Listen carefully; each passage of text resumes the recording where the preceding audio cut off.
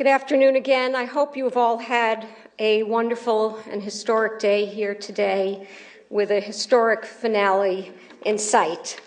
And I want to thank the Nixon Foundation and the U.S. Institute of Peace staff for putting together a very complicated and complex day that worked seamlessly. And my thanks to the President of the United States Institute of Peace. Would you join me in acknowledging Richard Solomon?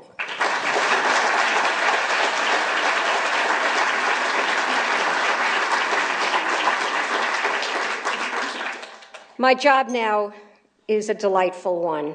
As many of you know, we keep bringing extraordinary women to the Institute to speak, and today we have truly one of the most extraordinary in the world in our distinguished United States Secretary of State, Hillary Clinton. To formally introduce the Secretary, I call upon a woman who really watched the Nixon visit from an interesting vantage point as daughter of the President. And she is really somebody who has agreed to be here today with an entire family in tow, and we are so grateful that Patricia Nixon Cox, a philanthropist in her own right, is willing to be here for so much of the day and has graciously agreed to provide a warm introduction. And would you join me in also welcoming the Secretary of State and Patricia Nixon Cox.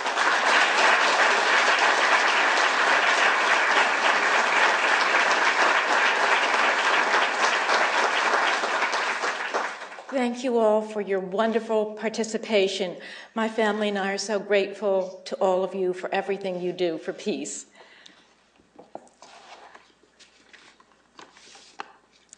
My father's epitaph is a phrase from his first inaugural address. The greatest honor history can bestow is the title of peacemaker. He took that responsibility very seriously. His commitment to peace was reflected in his initiative to the leaders of the People's Republic of China that culminated in the week that changed the world. 40 years have passed since my parents' historic journey to China, a journey to build a bridge of peace across 16,000 miles and 22 years of non-communication. My father was both a realist and an idealist, and he knew that it was very important that the United States and China have a path that they could follow together, a path of common interests. Peace, freedom, and justice were always my father's inspiration, compass, and goal. Our 67th Secretary of State understands the difficulties and demands of being a peacemaker all too well. Secretary Clinton has worked tirelessly and fruitfully to make the world a safer and better place. The Nixon family feels the special kinship with the Clinton family that only those who have had the honor to be part of the tapestry of White House history can know. Next week, we commemorate the 100th anniversary of my mother's birth. People remember her with affection and love as a gracious, caring, and generous First Lady who is happiest when giving to others. The role of First Lady is very special. Secretary Clinton filled it with intelligence, warmth, and dignity. Secretary Clinton continues to inspire us as she strives to further peace, freedom, and justice around the globe while building enduring bridges of cooperation. I know that we all are looking forward to warmly welcoming the Secretary of State, Hillary Clinton.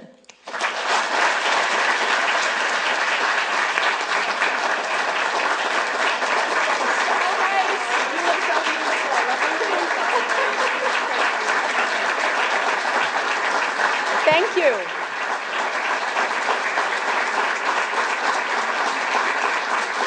Thank you all very much. Thank you. I am so honored to be here to join you in celebrating the 40th anniversary of President Nixon's extraordinary trip to China. And I want to thank everyone at the U.S. Institute of Peace, especially Richard Solomon, who knows China well from his days as Policy Planning Director and Assistant Secretary of State for East Asia. And it's a special delight, Richard, to be visiting this beautiful building for the first time. And Tara, I want to thank you, and if the Senate so agrees, we are very much looking forward to Tara joining us at the State Department. So thank you so very much. I also particularly want to recognize all the members of the Nixon-Cox families. And Tricia, thank you, because you're absolutely right. There is a bond that is hard to describe to those who have not lived through the incredible honor and challenge of being part of a first family. But I have such a great appreciation for what you and your sister have done that has really bestowed great honor on your parents. And this is not only the anniversary of your father's trip to China, but also of your mother's. And I think that is worth reminding us. I want to thank Ron Walker and everyone with the Richard Nixon Foundation, the members of Congress, ambassadors who have joined us, including the Chinese ambassador to the United States, Ambassador Zhang. Thank you so much for being here. You know, the events of that remarkable week in 1972 have been studied, analyzed, debated, reenacted on stage and screen, even commemorated in song. And yet there is still more to be said about that journey to Beijing and the relationship it set into motion, and how we, who are the great beneficiaries of that work 40 years ago, are cultivating the relationship so it meets the challenges and seizes the opportunities of this time. And I want to begin by saluting all who contributed to President Nixon's journey, to all the subsequent milestones in the U.S.-China relationship. And I know that during the day you have been fortunate in hearing from some of the master architects of those early years, including Henry Kissinger, who extended that first handshake to Zhou Enlai in 1971 and continues to speak and write eloquently about China today. Zbig Brzezinski, who oversaw the normalization of relations during the Carter administration. Brent Scowcroft, who I see there appropriately in the front row, who skillfully managed the tumultuous period during the Tiananmen Square protests. Win Lord, the young note-taker at the Nixon meetings, who later became our ambassador to China. I also salute the foreign service officers and civil servants who worked behind the scenes. I've learned a lot about that as Secretary of State. Those of us who are out front are only out front because of all the work that has been done to lay the groundwork. And for that trip in particular, I want to recognize Stape Roy, one of the renowned missionary kids who later served as ambassador. Jeff Bader, who went to China in 1981 and became a caretaker of our China policy for the next 3 decades. Chaz Freeman, the interpreter for President Nixon's talks with Mao, who later became our deputy chief of mission in Beijing. There are those who aren't with us, including Ambassador Richard Holbrooke, who was the youngest ever Assistant Secretary of State for East Asian and Pacific Affairs. Jim Lilly, who expertly served as our ambassador to China during the challenging events of 1989 and after. And the journalists who traveled with President Nixon and covered every angle of his time there, including Ted Koppel, who I see in the audience. Thanks to them, people across our country were able to follow President Nixon at every step. Now, I was a law student in 1972. I was a poor law student. I did not own a television set. But I was not about to miss history being made, so I rented one, a portable model with those rabbit ears. I lugged it back to my apartment and tuned it in every night to watch scenes of a country that had been blocked from view for my entire life. Like many Americans, I was riveted and proud of what we were accomplishing through our president. President Nixon called it the week that changed the world. Well, if anything, that turned out to be an understatement. Then the People's Republic of China was profoundly isolated. Poverty was pervasive. The Cultural Revolution had banished nearly all foreigners, as well as foreign businesses, foreign books, even foreign ideas. When President Nixon's motorcade drove through Beijing, the American delegation noted how eerily silent the city was. Now, there were people everywhere, but there was hardly a sound. Yet within a few short decades, China has become the second largest economy in the world. Hundreds of millions of Chinese have been lifted out of poverty and have joined the global economy. Beijing, Shanghai, and other cities have turned into noisy, fast-paced, 24-hour centers of commerce and culture. The 2008 Olympics and the 2010 Expo were very successful coming-out parties. And China, a rising geopolitical power, has a seat at virtually every table and a role in virtually every institution of importance in the world.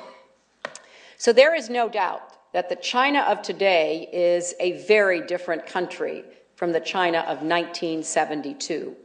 Now, that transformation is due first and foremost to the hard work and determination of the Chinese people and their leaders.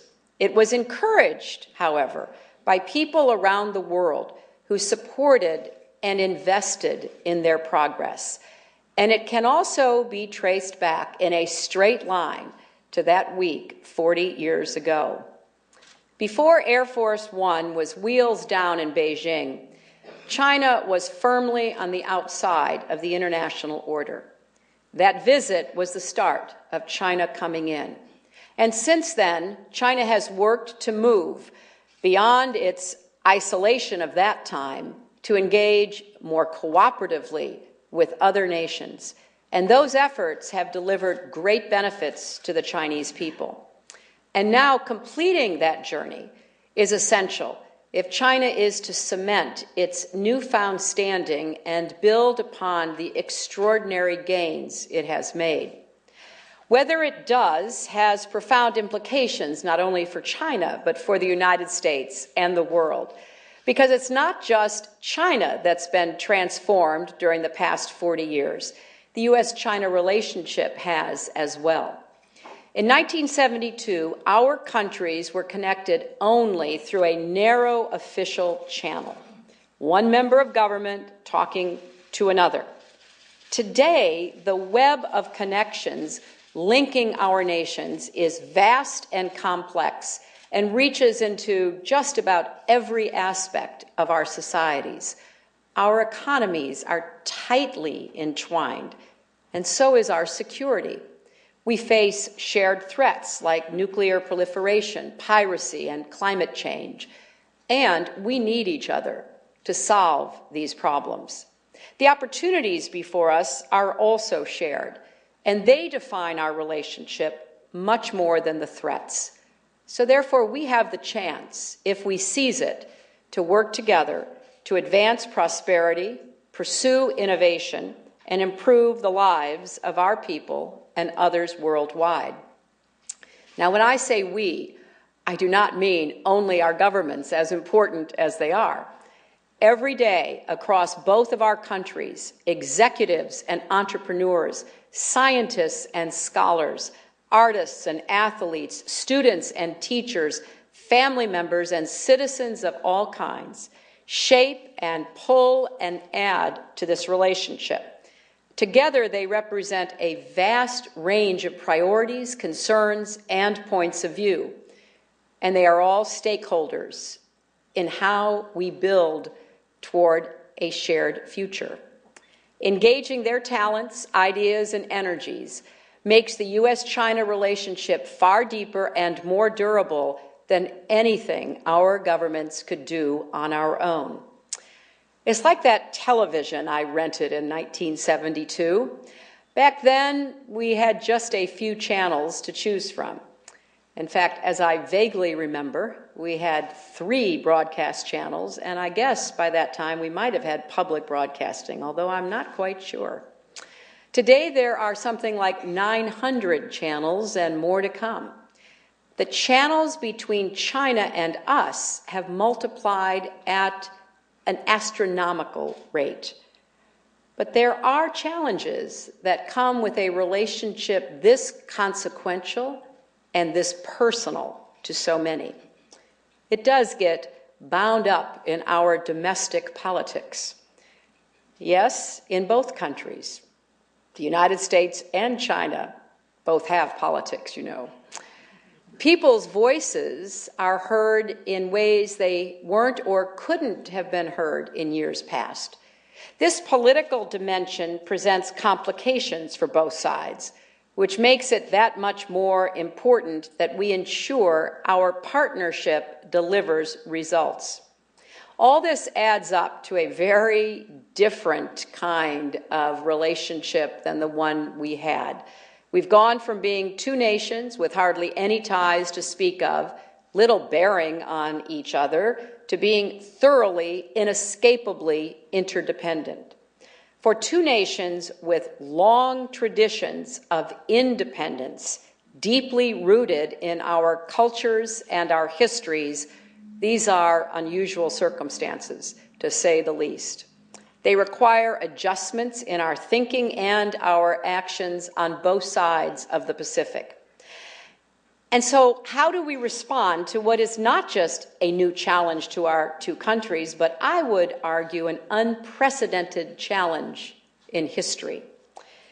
Back in 1972, the U.S.-China project was, in many ways, a signature 20th century diplomatic endeavor, embedded in the context of the Cold War, focused on establishing official ties and laying the groundwork for peaceful engagement and building a basic understanding of each other. Well, the U.S.-China project of 2012 is something altogether different. Indeed, it is unprecedented in the history of nations. The United States is attempting to work with a rising power to foster its rise as an active contributor to global security, stability, and prosperity, while also sustaining and securing American leadership in a changing world. And we are trying to do this without entering into unhealthy competition, rivalry, or conflict, without scoring points at each other's expense and thereby souring the relationship, and without falling short on our responsibilities to the international community. We are together building a model in which we strike a stable and mutually acceptable balance between cooperation and competition. This is uncharted territory, and we have to get it right because so much depends on it. After 3 years of intensive engagement and the successes and frustrations that have come with it, we are clear-eyed about the obstacles that still remain. There are, understandably so, difficult questions we must answer and misconceptions we must address. For example, here in the United States and elsewhere in the world, there are those who make the case, maybe it was made today, that a rising China signals bad news. That as China grows more prosperous and wields greater international power, our relationship will automatically turn adversarial, or the United States will inevitably experience decline as a result. Now, meanwhile, some in China fear that the United States is determined to contain their rise and limit their progress, to advance our interests at their expense. and there still remains suspicion and mistrust of the other's intentions, particularly in the military realm. As Dr. Kissinger recently wrote in Foreign Affairs, both sides must understand the nuances by which apparently traditional and apparently reasonable courses can evoke the deepest worries in each other. We must address this head-on and constructively by creating a framework for building trust over time. That means returning to first principles of the relationship. There is no intrinsic contradiction between supporting a rising China and advancing America's interests. A thriving China is good for America, and a thriving America is good for China. That's why we helped break China's isolation in 1972, and it's why for more than 60 years we have underwritten regional peace and security that helped make room for China's extraordinary economic progress. We have championed China's inclusion in international fora like the WTO. We have elevated the G20 as a forum for international engagement, in part because China plays a key role in it. At Copenhagen and subsequent climate summits, we made cooperation with China a priority. On issue after issue, we have not only welcomed, we have advocated for China's participation, and we have called for its leadership. So to those who ask, is the United States attempting to contain China? Our answer is a clear no. In fact, the United States helped pave the way for China to be where it is today in its own development. We are a country that welcomes others' success because we believe that it's good for everyone when people anywhere are able to work their way to better lives. If China's rise means that we have an increasingly capable and engaged partner, that's good news for us. And we will seize every chance to engage because we are not a country that sits on our lead.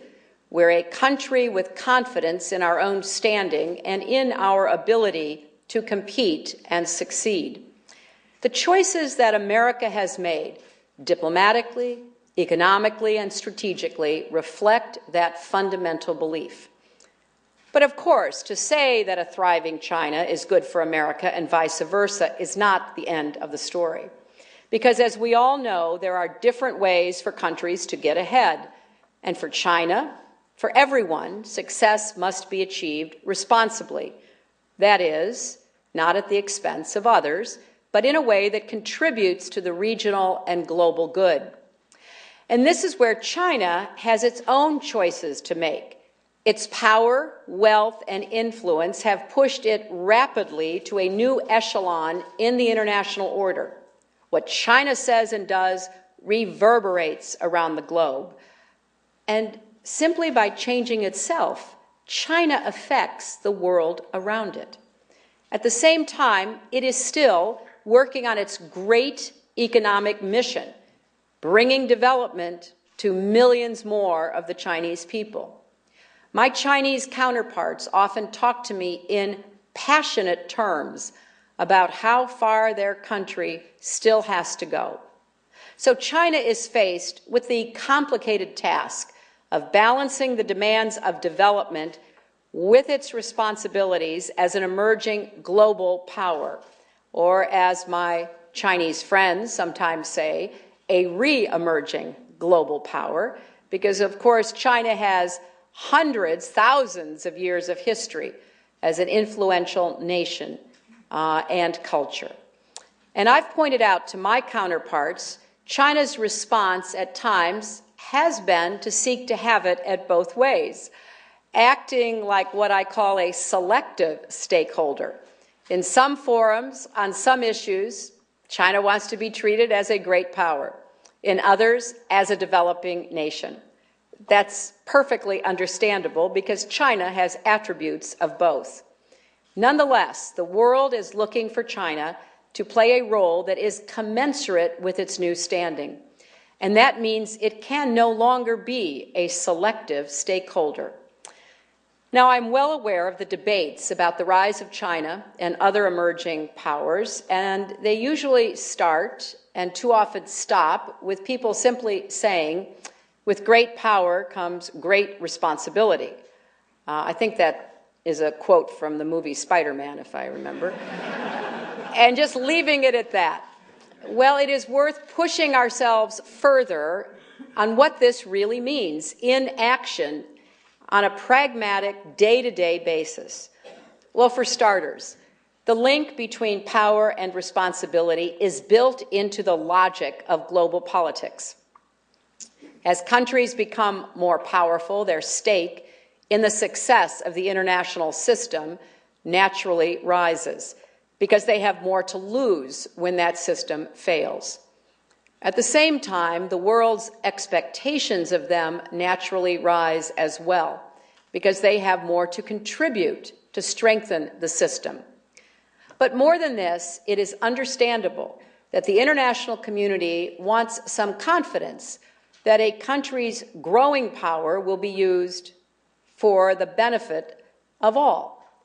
And given the historic challenges to security and stability posed by rising powers, they do have a special obligation to demonstrate in concrete ways that they are going to pursue a constructive path. This is particularly true for a country that has grown as rapidly and as dramatically as China has.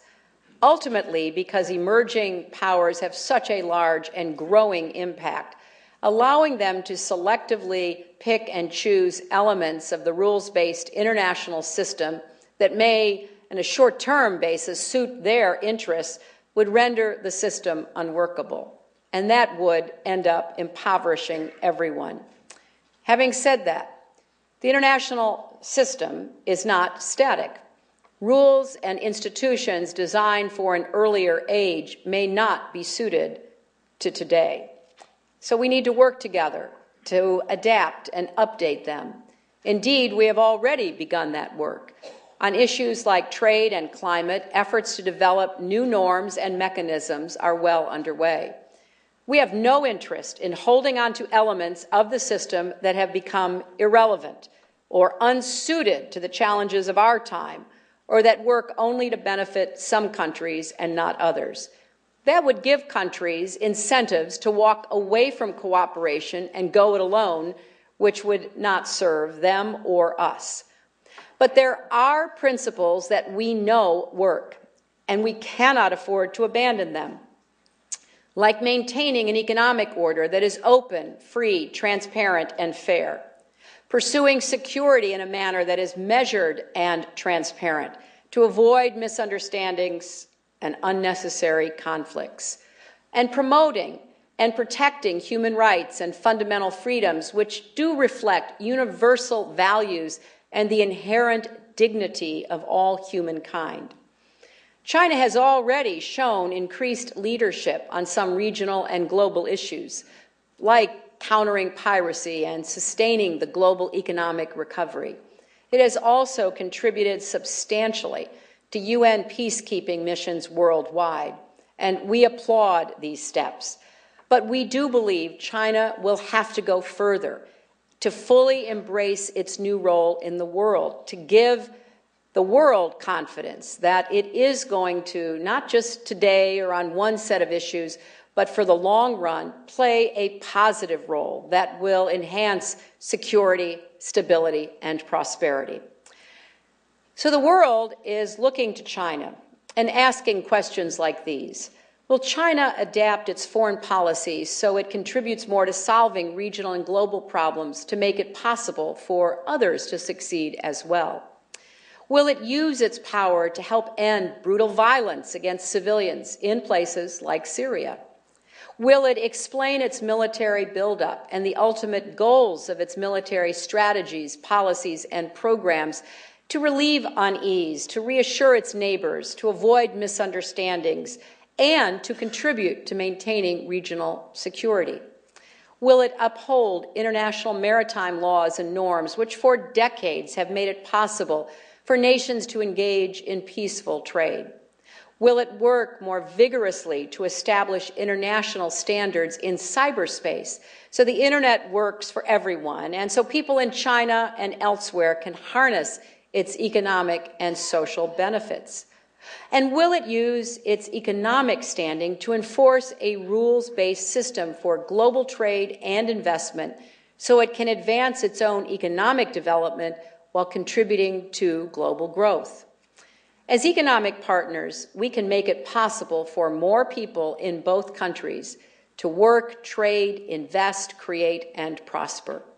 Whether we do or not depends on how we deal with some of our differences. China has things it wants, including more opportunities to invest in the United States, and we have things we want, including an end to discrimination against U.S. companies and protection for their intellectual property, an end to unfair preferences for domestic firms, and more opportunities for American goods, products, and services, and of course an end to what we see as unfair, distorting currency practices. We want to engage in more trade and investment with China because we believe in the benefits that come with greater economic activity and healthy competition. But for it to be healthy, it has to be fair, rules-based, and transparent. So we will continue to work with China to urge it to make reforms, and we, in turn, will hear and act on those changes it wants from us. Finally, we do ask, can China meet its obligations to protect universal human rights and fundamental freedoms? Now, this is an area in which we have had long and profound disagreements. And even as our two countries become more interdependent, the United States will, of course, continue to stand by our principles and universal standards of human rights. And we believe that with development comes an opportunity for the aspirations of people everywhere to express themselves freely, whether on the internet or in a public square or on the factory floor. And so, like people everywhere, we do believe that the Chinese people have their own legitimate aspirations. And we do believe that everyone should have a legal system that is independent and will protect them from arbitrary action. And we do believe, not just in China, but everywhere, in religious and linguistic differences, cultural differences being respected. Reforms that support these goals give people a greater stake in the success of their nations, which in turn makes societies more stable, prosperous, and peaceful. Now, questions like these are the kind that we kick around all the time with our Chinese counterparts. And I personally am very grateful for the open, candid dialogues that we have been holding for the last 3 years. We have the greatest respect for what China has accomplished in 40 years, and we want to see those accomplishments continue to build into the future. I think that our outreach to China during the past 3 years has been a continuation of a bipartisan tradition that every president since President Nixon has upheld. We consult on every single issue of significance. Not a day goes by when our governments are not in touch. In this administration, we've launched our strategic and economic dialogue and a strategic security dialogue, and we've had intensive discussions on just about every issue you can imagine, from trade policy to counterterrorism to human rights to border security. Each of our countries has hosted multiple high-level visits from the other. Our presidents have met in person more than 10 times. And later this year, in May, I'll make my 6th trip to China as Secretary of State. All of this effort has taken place within a larger regional push to strengthen our ties throughout the Asia-Pacific. We've enhanced our relationships with our treaty allies, Japan, Korea, Thailand, and the Philippines. We've broadened our relationships with other emerging powers, including India, Indonesia, Vietnam, and Singapore. We've strengthened our unofficial relationship with Taiwan. We've re-engaged with Burma. We've invested in regional multilateral institutions, including the East Asia Summit and ASEAN. We've increased our economic engagement, updated our regional military posture, and amplified our advocacy for the rule of law and universal human rights. In short, we are working around the clock to do everything we can to defend and advance security and prosperity throughout the Asia-Pacific. And having that positive, cooperative, and comprehensive relationship with China is vital to every one of those objectives. So we are committed to this partnership. And now we and others around the world are looking for even greater leadership from China. China and the United States cannot solve all the problems of the world together. But without China and the United States, I doubt that any of our global problems can be solved. We want China to be a full stakeholder, embracing its role as a major global player, to helping strengthen the international system that makes its own and our success possible. All the while, we will continue to seek every opportunity for engagement with China, but not just at the government-to-government level. We will keep discussing our differences openly, developing as many avenues for cooperation as we possibly can. In short, we will continue the journey begun by many in this room 40 years ago. In 1972, when President Nixon disembarked in Beijing and shook Zhou Enlai's hand, the premier said, "Your handshake came over the vastest ocean in the world, 25 years of no communication." A few days later, President Nixon toasted his hosts and said, "The Great Wall is a reminder that for almost a generation there has been a wall between the People's Republic of China and the United States of America. In these past 4 days, we have begun the long process of removing that wall." Both sides were taking a risk, but they decided that engagement was worth it. They knew that if the summit went smoothly, the conversation between our two countries would continue, and that would lead to cooperation, and that in time, we both would benefit from it. That is precisely what has happened. Nearly everything that China and the United States disagreed about before that trip, we disagreed about after the trip. But we began a conversation that has helped us mitigate our differences and broaden those areas on which we agree. And the result is the relationship we have today, as consequential and multifaceted as any in the world. We are now trying to find an answer, a new answer to the ancient question of what happens when an established power and a rising power meet. We need a new answer. We don't have a choice. Interdependence means that one of us cannot succeed unless the other does as well. We need to write a future that looks entirely different from the past. This is, by definition, incredibly difficult. But we have done difficult things before. I wish that all of the leaders from 40 years ago could have been with me when I visited the USA Pavilion at the Shanghai Expo. I'm very proud to be called the mother of the USA Pavilion by our Chinese friends. And what was most striking to me is that we had invited young Americans who were studying Chinese to be the guides and the hosts at our pavilion. And many of the Chinese people who had come from around that vast and magnificent country were stunned to be greeted by Hispanic children, African American, Asian American, Caucasian, every kind of person that we have in the United States speaking to them in their language.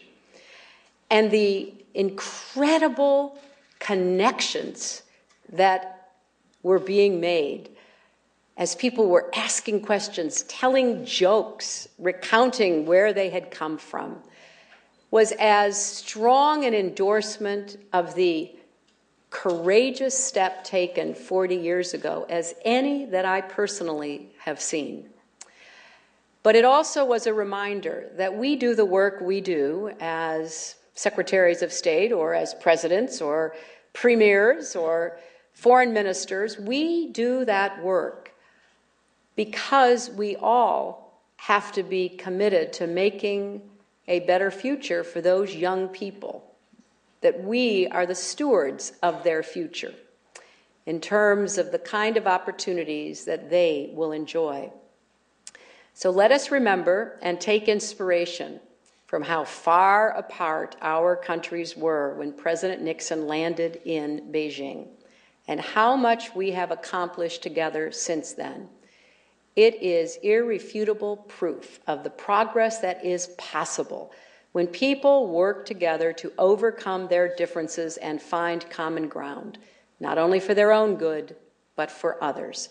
It is now up to us to make sure that the future is even more promising than the past. Thank you very much.